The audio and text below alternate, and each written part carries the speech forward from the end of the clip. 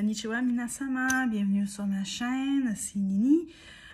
Aujourd'hui, tel que promis, je vous reviens pour aborder le sujet des akiya. Akiya, ça signifie en français maison abandonnée ou inhabitée.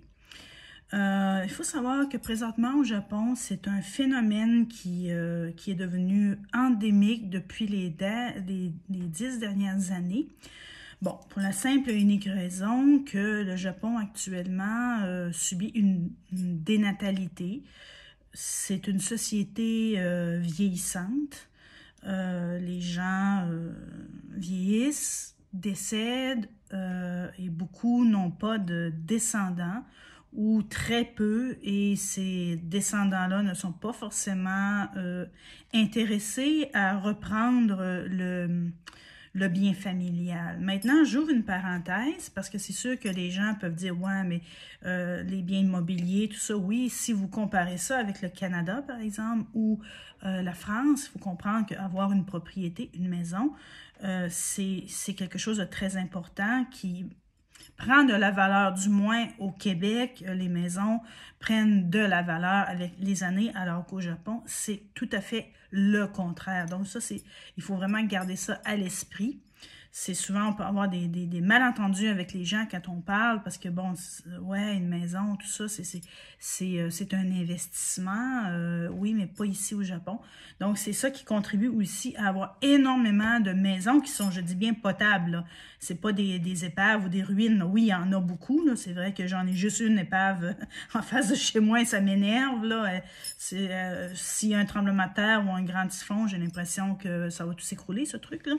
Mais bon, oui, il y a énormément de maisons qui sont délabrées, OK, qui sont en état de ruine, mais il y en a vraiment, j'en ai 2, 3 aussi dans mon voisinage, que c'est des maisons qui ne sont pas si vieilles que ça, et qui sont abandonnées parce que c'est ça, ce que j'ai entendu dire, c'est que les occupants sont décédés, ils n'avaient pas d'enfants.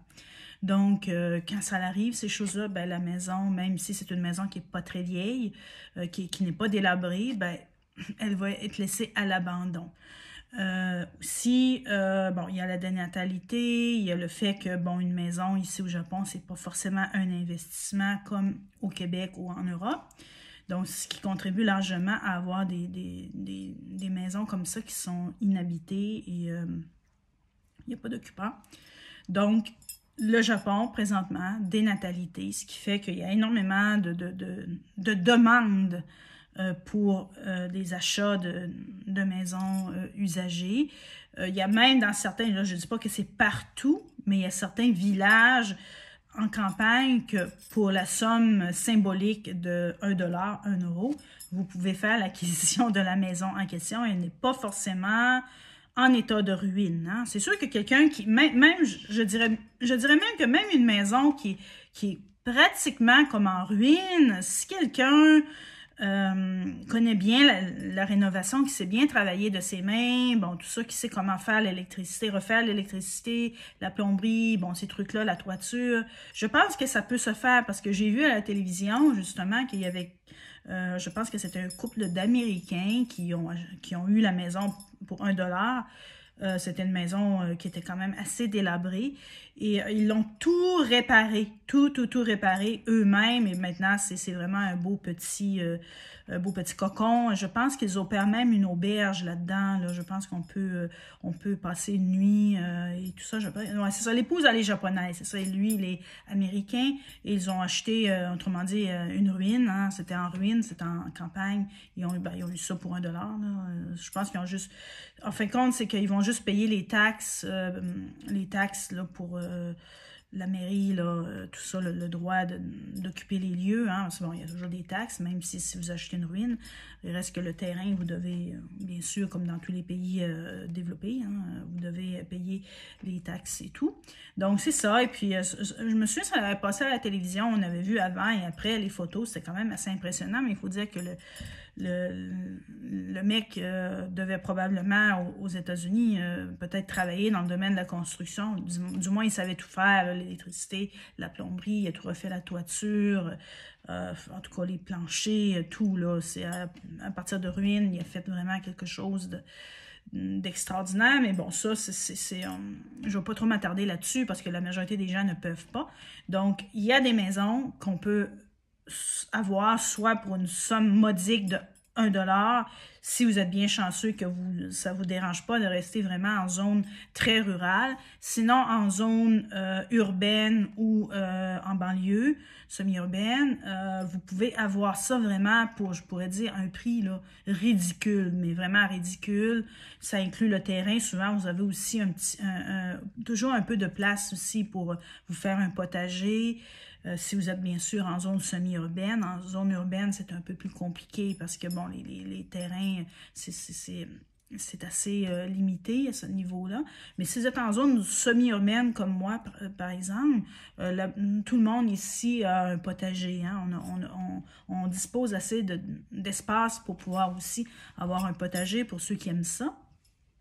Donc, souvent, c'est ça, comme dans l'endroit où je suis, il y a beaucoup de maisons abandonnées qui ne sont pas en état de ruine. Il y en a qui sont en état de ruine, oui, mais d'autres qui ne le sont pas, qui sont des maisons qui ont à peu près, 20 ans d'existence. C'est pas énorme. Donc, et avec potager aussi. Donc, vous pouvez obtenir ces maisons-là vraiment pour une somme, là, une somme très modique. Il suffit d'essayer de recontacter soit la mairie, ou soit la famille qui pourrait peut-être avoir, c'est probablement la mairie qui peut nous rediriger vers les descendants s'il y en a. S'ils n'en ont pas, c'est la mairie elle-même qui prend en charge tout ça. Puis s'ils ont des descendants, il faut avant contacter du moins la famille. Et à ce moment-là, on peut négocier. Puis c'est comme ça qu'on peut réussir à obtenir une maison vraiment à un prix que c'est impossible d'obtenir au Canada ou en France. Donc, il y a énormément de gens comme ça qui en ont marre de rester à logement, en appartement, dans des tours, des cages à poules. Et finalement, OK, je vais aller vivre en zone semi-urbaine ou même en campagne, et ils obtiennent une maison comme ça. C'est souvent des grandes maisons, hein? C'est pas des petites maisons. Des fois, c'est plus que la maison est âgée, je dirais que plus qu'elle est grande, parce que bon, ça va avec le mode de vie. Il faut comprendre que autrefois, les familles japonaises avaient au moins en moyenne 6 enfants par famille. Donc, 6 enfants, ça veut dire 6 plus la mère, le père, souvent la grand-mère et le grand-père vivaient. C'était comme ça que ça fonctionnait. Il y a encore des familles qui fonctionnent encore sur ce modèle-là, effectivement, là, ils ont moins d'enfants, mais ils vivent toujours avec la grand-mère et le grand-père ensemble. Donc, il y a 3 générations qui habitent dans la même maison. C'est encore assez commun, peut-être un peu moins en zone urbaine, mais en zone semi-urbaine où j'habite, je sais qu'il y a plusieurs familles qui vivent de cette manière-là, toujours encore. Et aussi, il y a beaucoup de femmes qui, une fois mariées, quittent leur emploi parce qu'il faut comprendre qu'au Japon, je ferai aussi d'autres vidéos, je vais en faire beaucoup, j'en ai beaucoup au programme. Je vais aborder aussi la cause féminine ici au Japon qui est très différente de ce qu'on peut voir en Europe et au Canada bien sûr. Les mouvements féministes et tout ça, c'est juste à leur balbutiement, ça fait juste un peu commencer, mais c'est très timide, hein? C'est très timide et c'est très mal vu encore.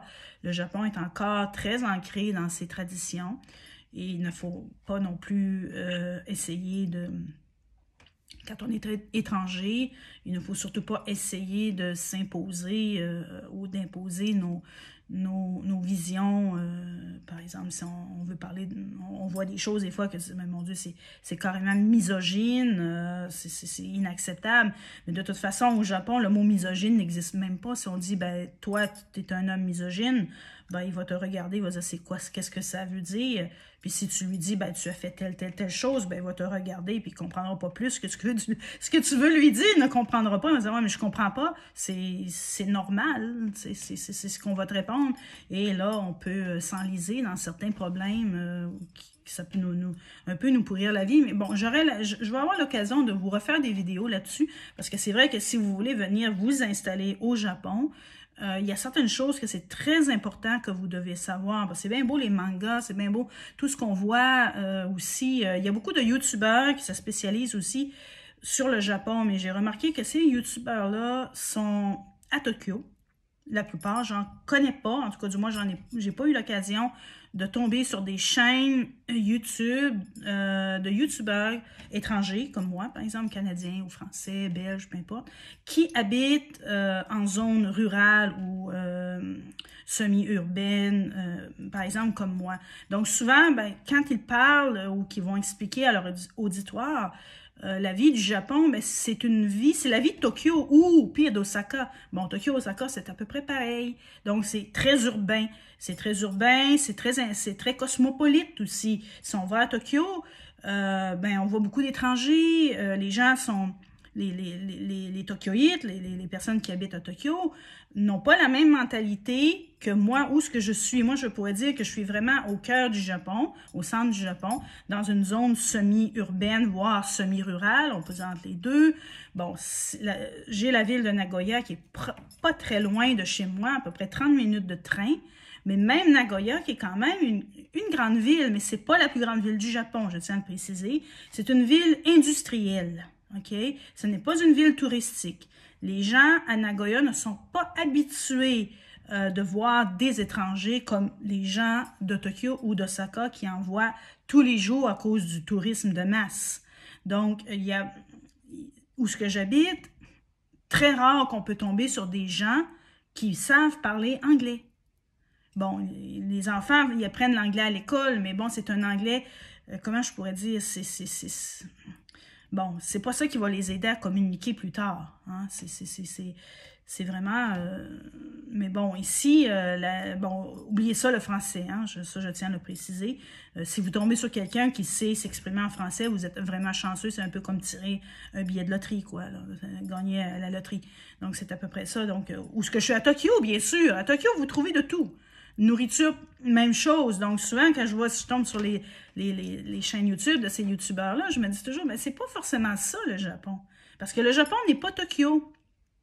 Et souvent, je trouve ça un peu agressant, parce que des gens, des fois, sur Facebook ou Twitter, aujourd'hui X, ou bon, peu importe, tous les réseaux sociaux, quand on s'exprime, on parle du Japon, bien, il y a des gens, ah, ben non, c'est comme ça, c'est comme ça, c'est comme ci, c'est comme ça. Ouais, mais je réponds, oui, mais est-ce que au moins tu es venu au Japon? Il y en a qui vont dire, oui, mais en touriste? Oui, ouais, mais en touriste? Et y vivre? C'est deux choses différentes. Et je pose la question, où vous avez été au Japon? Ah, Tokyo, Osaka, Yokohama, Kyoto. Ah, OK. Bon, autrement dit, vous n'avez pas sorti des sentiers battus. Vous avez resté dans une ligne de mire pour les touristes. Donc, ne venez pas me dire que vous connaissez le Japon. C'est pas ça, le Japon. Le Japon ne se limite pas à ces endroits touristiques-là. Pour connaître le Japon, il faut sortir des sentiers battus.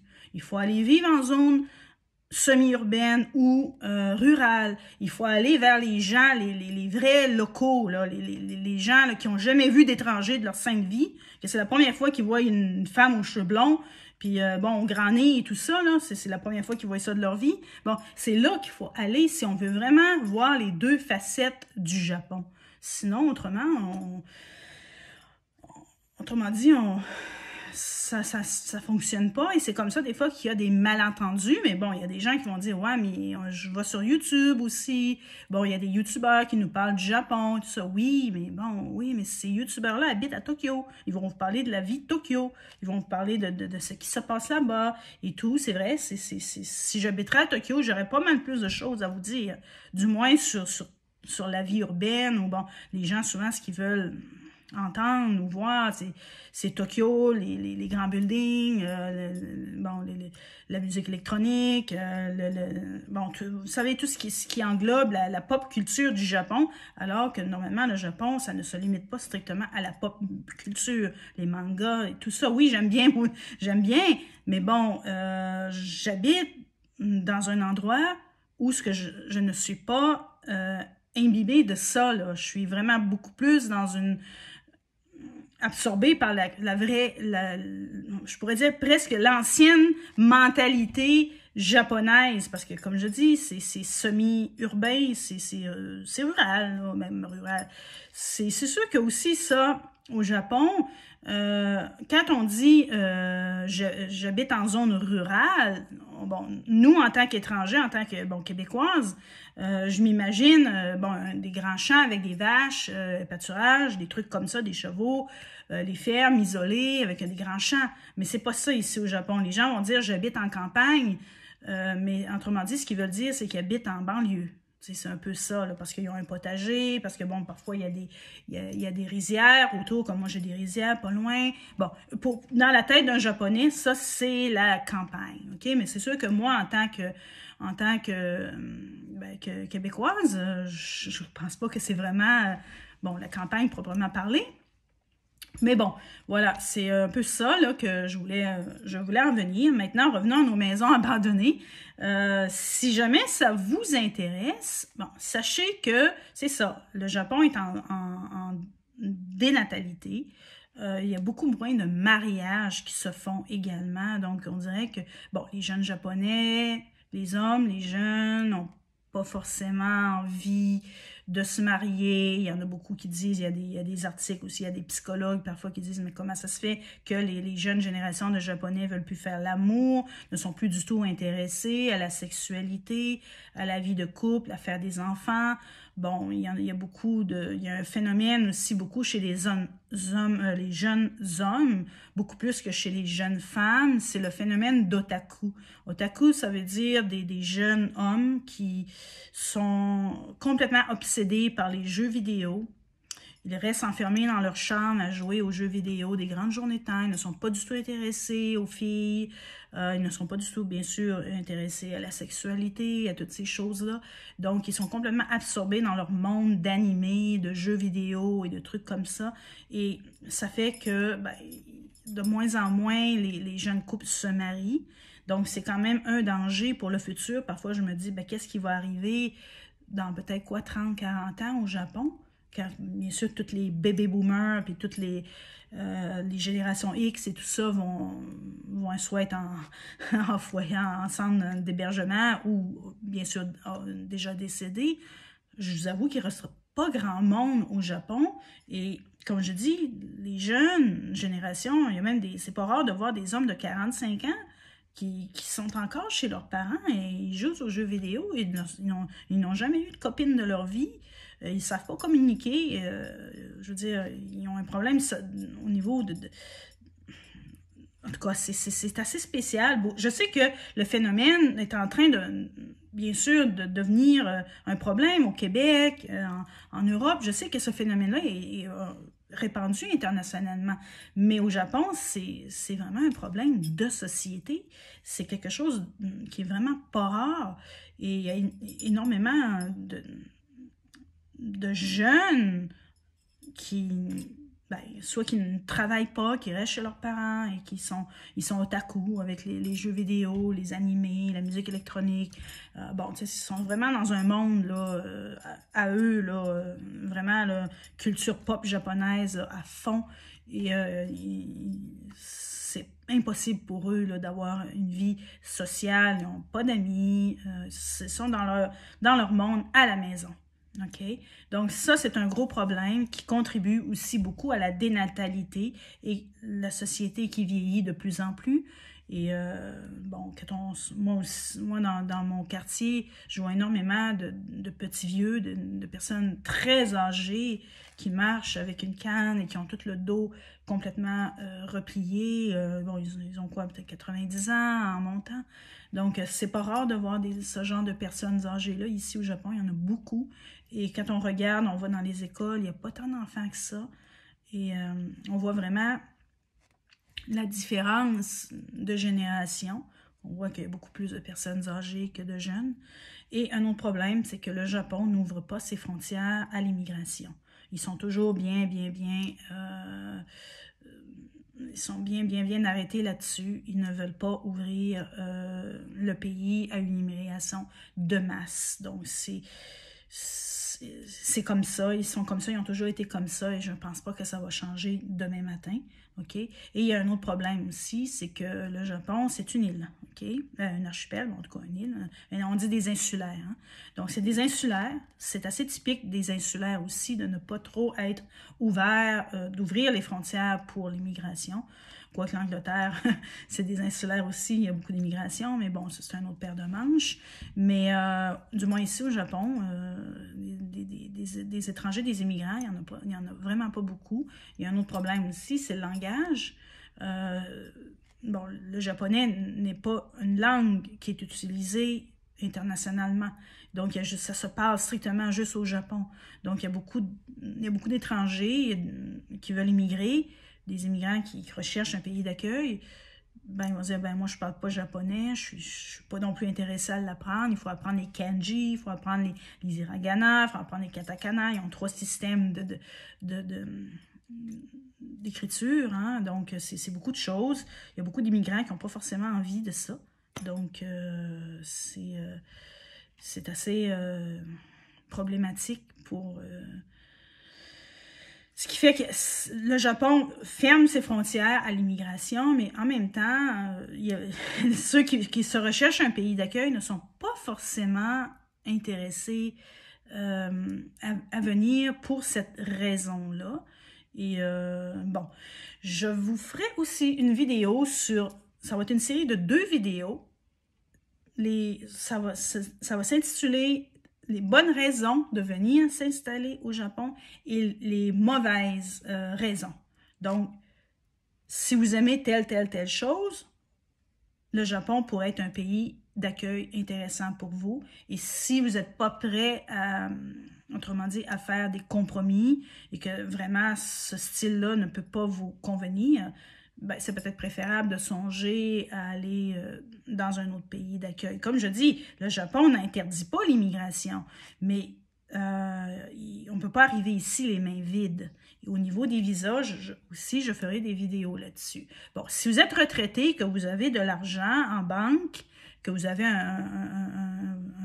comme on dit, un bon coussin, je ne sais pas, vous n'avez pas besoin d'être bien riche, mais au moins quelque chose que vous savez que vous pouvez vivre, que vous pouvez en vivre, OK?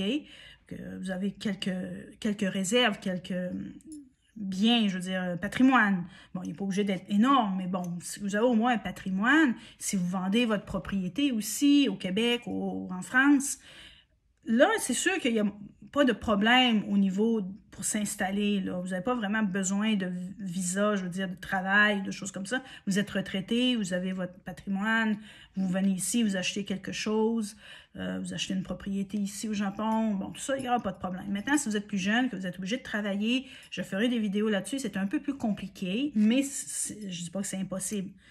Ça dépend des domaines que vous voulez faire. Puis, comme je dis, ben c'est sûr, je dis toujours, au moins parler l'anglais. Ça, c'est sûr que si vous arrivez ici, que vous parlez strictement le français, je vous le dis d'avance, ça risque d'être difficile et les choix d'emploi ne seront pas vraiment extraordinaires. Parce que oui, vous pouvez toujours travailler comme professeur de français, mais il y a beaucoup moins de demandes au niveau du français que de l'anglais. Donc, c'est beaucoup plus facile de décrocher un emploi de professeur d'anglais dans des écoles publiques ou privées que de décrocher un poste de professeur de français. Vous pouvez toujours enseigner le français comme moi j'enseigne le français à temps partiel, OK? Il y a toujours un peu de demande, mais c'est pas assez, autrement dit, pour payer le loyer, hein? Donc, c'est juste un petit extra qu'on peut se faire en donnant des cours de français à ceux qui sont intéressés. Maintenant, c'est vraiment l'anglais. Donc, le travail pour les personnes qui sont en âge de travailler, c'est assez restreint. C'est surtout concentré dans le domaine de l'éducation ou dans le domaine du soin. Maintenant, si vous voulez travailler dans le domaine du soin, c'est important de maîtriser le japonais. Je sais qu'il y en a qui sont en France ou au Québec qui sont déjà en train de passer les examens de japonais, puis qui apprennent le japonais, qui l'étudient soit en ligne, ou bon, peu importe. Bon, il y en a qui arrivent ici au Japon, qui savent déjà parler japonais, ce qui est un gros plus, et ce qui vous ouvre davantage de portes aussi au niveau de l'emploi. Vous avez un peu plus de choix que l'enseignement. Parce que dans l'enseignement, ils ne vont pas forcément vous demander de parler japonais, mais vous devez absolument parler du moins l'anglais, si vous voulez travailler comme enseignant en anglais. Donc, c'est ça. Mais j'aurai l'occasion de faire d'autres vidéos là-dessus pour vous expliquer plus en détail comment ça fonctionne au niveau du travail, au niveau de l'immigration, au niveau des visas et tout. Donc, aujourd'hui, c'est juste pour vous faire part que oui, il y a énormément de maisons inhabitées au Japon. Il y en a qui sont en état de ruine, mais il y en a qui sont quand même très bien. Qui sont aussi grandes. Tu peux avoir 4-5 chambres là-dedans facilement et vous pouvez avoir ça pour des prix vraiment très, très bas vu qu'il n'y a pas de demande. Donc, c'est sûr que c'est l'offre et la demande au Québec.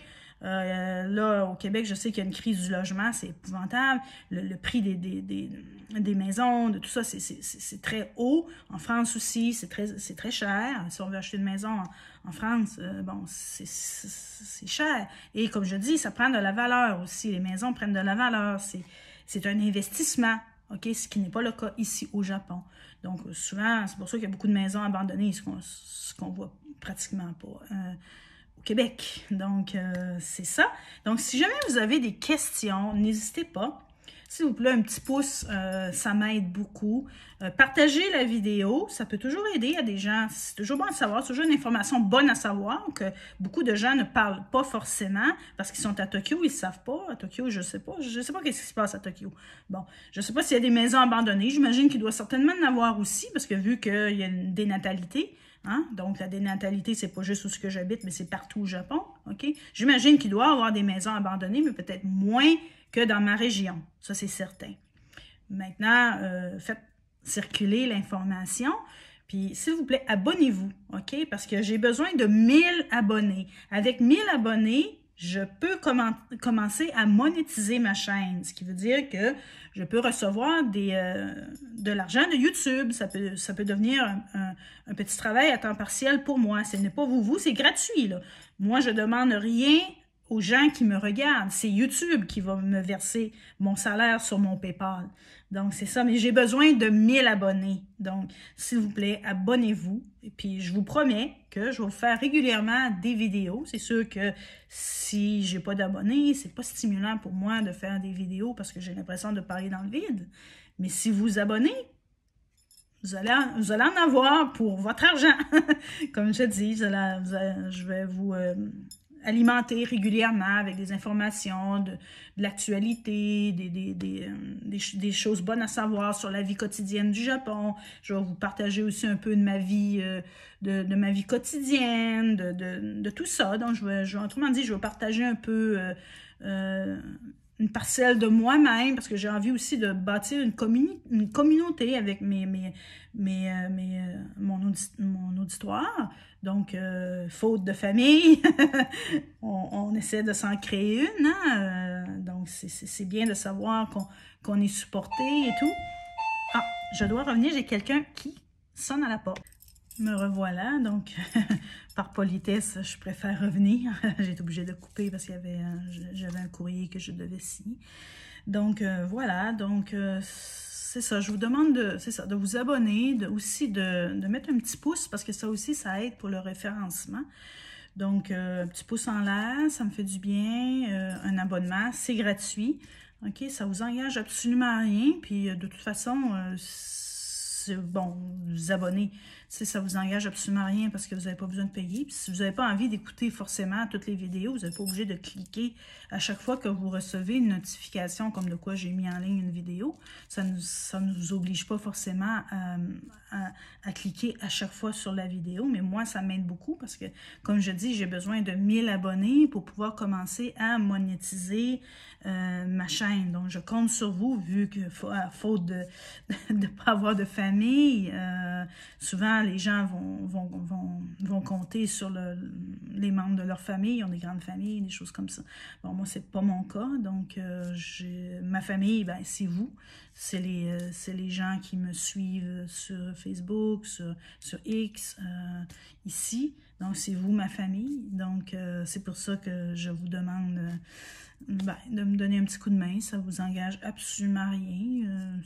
La seule affaire que ça peut vous demander parfois, c'est peut-être de regarder une fois de temps en temps mes vidéos, de mettre un petit pouce, puis aussi commenter, parce que les commentaires, des fois, ben, ça aussi, ça aide au référencement. Donc, s'il n'y a pas s'il n'y a pas de visionnement, s'il n'y a pas de commentaires, s'il n'y a pas de like, s'il n'y a pas des pouces en l'air, tout ça, des fois les gens vont faire une recherche Japon, mais ce ne sera pas forcément ma vidéo qui va arriver en premier. Donc, ça va être toujours les mêmes youtubeurs là, qui ont peut-être quoi, 20-25 000 abonnés, sinon voire plus, qui vont arriver en tête de liste. Donc, moi, je débute. Donc, c'est sûr que j'ai vraiment besoin du support, de votre support pour pouvoir réussir un peu à percer. Donc, c'est vraiment très important. Donc, c'est ça. Je vous demande de vous abonner et puis un petit pouce en l'air. Et la prochaine vidéo, ça va être au sujet des bonnes raisons. Pourquoi vous voulez venir vous installer au Japon, puis c'est quel avantage que ça va vous amener, parce que je vais toujours commencer par le positif, et la vidéo qui suivra après, ben, ça sera sur les points désavantageux, parce que oui, c'est bien beau, mais vous savez qu'en amour, quand on aime quelque chose ou qu'on aime quelqu'un, il ne faut pas juste voir le beau côté. Il y a toujours un côté négatif, même si on aime ça, c'est pas ça qui va nous empêcher de ne pas aimer une personne ou quelque chose. Mais il faut être assez, je veux dire, assez lucide pour comprendre que même si on a une passion pour quelque chose, même si on idéalise quelque chose, ça ne veut pas forcément dire que c'est tout beau. Donc, il y a des gens, des fois, je sais que sur Facebook ou sur X, il y avait des gens, à un moment donné, qui m'avaient déjà critiqué parce que j'avais dit des choses du Japon dont je n'approuvais pas. Mais oui, mais j'ai dit, ouais, mais c'est tout à fait normal. Je ne suis pas une idolâtre. D'ailleurs, je comprends pas les idées de l'idolâtrie. C'est un peu comme les mentalités sectaires. Donc, on doit être fidèle à quelque chose et on ne doit jamais dire quelque chose on ne doit jamais donner notre opinion, même si, ça, j'ai beaucoup de difficultés à comprendre avec ça. Donc, on peut aimer. Par exemple, on peut aimer vivre au Japon, on peut aimer le Japon, tout ça, mais ça ne veut pas forcément dire qu'on va dire que le Japon est parfait. Non, il n'y a aucun pays au monde qui est parfait. Le Japon a ses avantages sur la France et le Québec, et la France, le Québec a des avantages sur le Japon. C'est ça, moi je me dis, c'est ça être sage. C'est pas être comme un cheval et juste voir en allant et dire non, ça, c'est parfait, c'est parfait, c'est parfait. Tout est parfait, il n'y a aucun défaut. Il ne faut pas dire de mal du Japon, il ne faut pas dire de mal du Québec. Il ne faut pas dire. Non, non, non, non, non. Le Québec a des avantages sur la France. Parce que parfois, ça m'arrive aussi de faire des vidéos consacrées au Québec. Donc, c'est sûr que ma niche, c'est le Japon, parce que j'habite au Japon, mais je suis quand même québécoise aussi. Donc, ça va m'arriver aussi de faire des vidéos sur le Québec. Donc, je vais vous parler des bons points, mais aussi des mauvais points. Donc, ce n'est pas une trahison envers mon pays d'accueil et ce n'est pas une trahison envers mon pays natal. Il faut arrêter ça, ces conneries-là. La vie, même dans les meilleurs couples, les gens qui s'aiment, il va toujours avoir des divergences d'opinion, il va toujours avoir des choses qui vont nous agacer chez l'autre, mais ça ne va pas dire qu'on va aller divorcer. Donc, je sais pas, mais je trouve des fois qu'il y a des gens qui... Il y a des gens parfois, là, que je me dis, mais mon Dieu, la sagesse, ça fait défaut un peu, là. Parce que oui, moi, en tant que youtubeuse, je dois vous informer aussi de la réalité au Japon. Il y a des choses que je dois vous informer, que c'est comme ça que ça se passe. Que vous l'aimiez ou pas. C'est la réalité. Donc, il y a des gens que ça ne va pas les déranger. Donc, il y a des gens que ça ne va pas les déranger que l'hiver, ben, les maisons, il n'y a pas de chauffage central, puis que les maisons sont mal isolées. Mais c'est important de le savoir aussi. Hein? Très important. Donc, c'est important aussi de savoir que si vous êtes fin gourmet, ben, vous avez intérêt à vous en mettre patience, parce que si vous voulez manger de la fine cuisine japonaise, ben, vous allez sortir votre portefeuille. en règle générale, la nourriture au Japon, pour les gens ordinaires, je veux dire, les gueux qu'on est, c'est pas vraiment de la gastronomie. Je pourrais dire que c'est même loin d'être quelque chose de santé. Donc, si on veut manger des choses santé, ben, on va pratiquement toujours à peu près manger la même affaire. Donc, il ne faut pas trop vouloir, je veux dire, varier ses menus parce que ça risque d'être difficile et très coûteux aussi. Donc, c'est toutes des petites choses comme ça que je vais vous expliquer qui fait partie de la réalité. Je vais vous donner les points positifs du Japon, les points qui l'emportent haut la main sur la France, sur le Québec, qui risquent aussi d'intéresser beaucoup de gens à vouloir venir s'installer ici. Parce que c'est vrai que, bon, c'est très avantageux. Maintenant, il y a des points négatifs, puis moi, je n'ai pas le choix de vous les faire savoir. C'est de ma responsabilité. Parce que je ne veux pas vendre du rêve non plus. Je sais qu'il y a beaucoup de youtubeurs que c'est ça qu'ils font. C'est normal, ils se disent influenceurs. Donc, on influence. Donc, on donne du rêve, autrement dit. Hein? Donc, pour peut-être aussi aller chercher le plus possible d'auditeurs, je ne sais pas. Mais bon, moi, personnellement, je ne vois pas l'idée de laisser passer à côté des points qui sont véridiques, des choses qui se passent actuellement au Japon, qu'on peut vivre, qu'on peut faire face, qui sont vraies, et que vous venez vous installer ici, que vous dites, ouais, mais j'écoutais telle chaîne YouTube, pourquoi que la nana n'a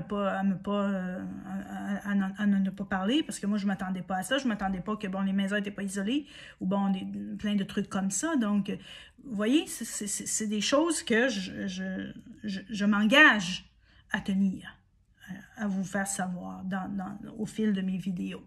Donc, si jamais vous avez des suggestions aussi, n'hésitez pas. Je suis ouverte d'esprit, donc je suis toujours à l'écoute de vos suggestions, vos demandes spéciales aussi. Si vous avez envie que je parle un peu plus du Québec, faites-le moi savoir. Si vous avez envie que je parle beaucoup plus du Japon, de certains sujets particuliers qui concernent le Japon ou le Québec, ben, faites-le moi savoir. Je suis à votre service. Donc, on se dit sayonara et à la prochaine. Et je m'excuse encore pour la coupure subite. OK? Donc, au revoir. Bye bye.